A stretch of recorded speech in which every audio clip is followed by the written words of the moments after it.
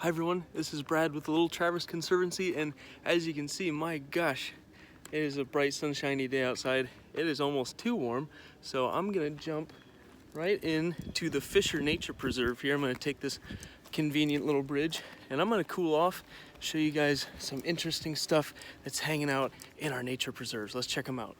It's just a short little path to get to our destination, and as we get closer, I'm gonna be quiet so you can hear what's going on.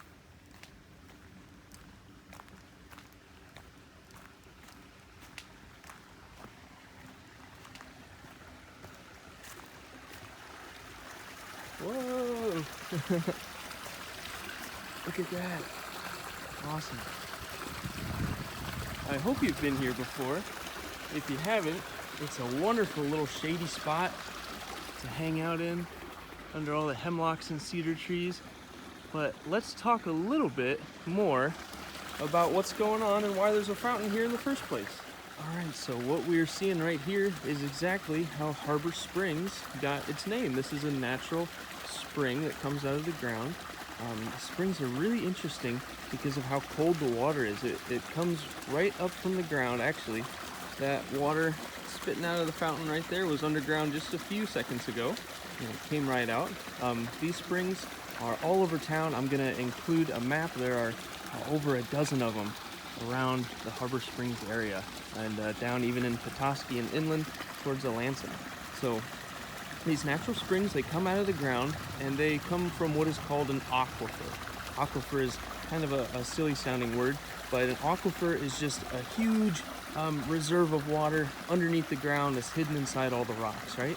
So somebody a long time ago, this one's been flowing for almost 100 years now, they found where the water was and they punched a straw boom, right straight down, almost like a juice box, basically.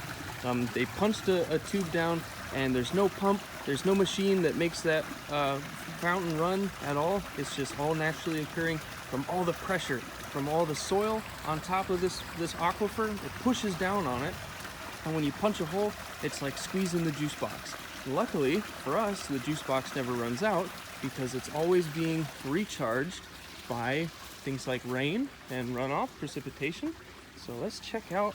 Whoa. This stuff is so clean and clear. Because it comes out of the ground, it's been filtered a few times already. So once it comes right out, we don't have to worry about chemicals or anything because it's already been filtered. This stuff you could technically drink right out of the middle, but once it kind of gets into the pond, it tends to sit. There's some moss and some algae, so it's probably a safe bet to go ahead and not drink out of this one. But how did they know in the first place to punch that straw down there? We're gonna follow the creek and hopefully we'll see a clue right over here.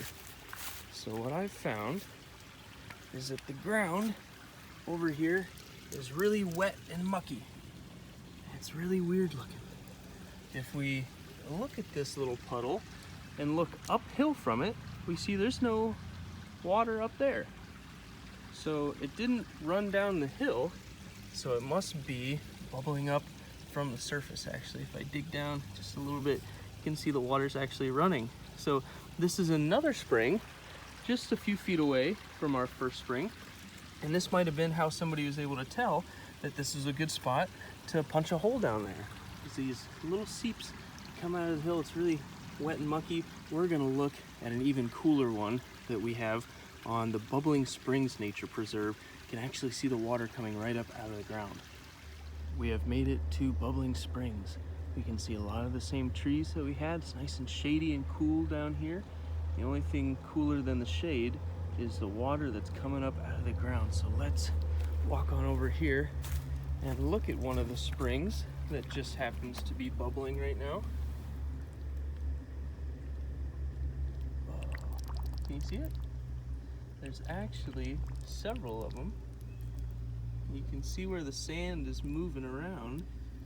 That's where the water is coming up again out of that aquifer, and it is creating some of the little creeks that flow through here. This one's also got a lot of moss.